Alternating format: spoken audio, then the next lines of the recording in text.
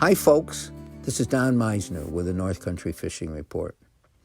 You know, every day now, I believe, if you love to experience the outdoors, every day now is really special.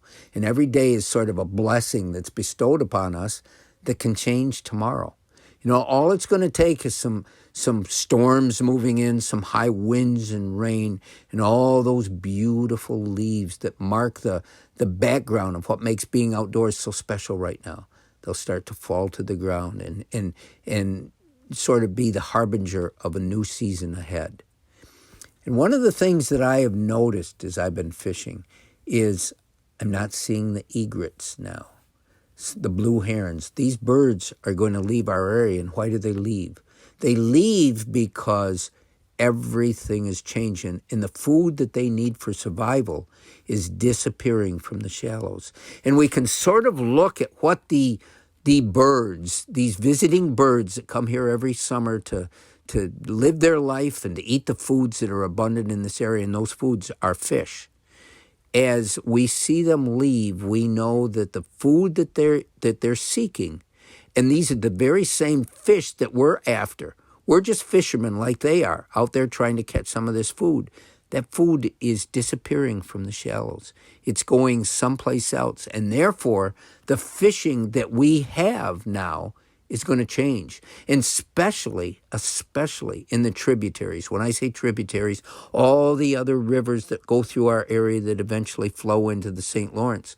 These tributaries, the fishing changes. No longer are you going to be able to find your fish along the shoreline, the shallows, where the frogs and insects and everything are abundant in the summer, and those fish know they come in there, especially in the evening on hunting parties to feed. And it's really spectacular. That's all gone now. And the egrets and the blue herons tell us the ospreys are gone now. They have left. They're no longer in our area. They've started their migration south. They'll be back next spring, but they're gone now.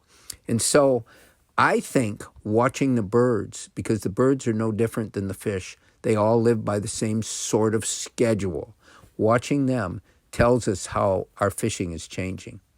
And I think especially in the tributaries, those fish that now what they're going to do, I believe, is the schools are going to become even more important. They're going to group together for the winter.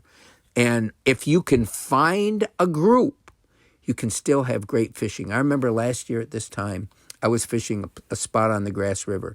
And I've always talked about this one night that I happened to be in a pool that all the fish from the surrounding riffles and spots that I'd fished through the summer, they'd all left, and they were all congregated in this pool, and I caught 47 smallmouth bass on 47 consecutive casts. And I know that sounds preposterous, it sounds amazing, because I was just standing in the same place in the water, but I've never forgot it. And it's typical of what can happen this time of the year. The fishing can either become great if you know the spot where the schools of fish have gone, or it can be really tough. It can be a lot more difficult than in the summer.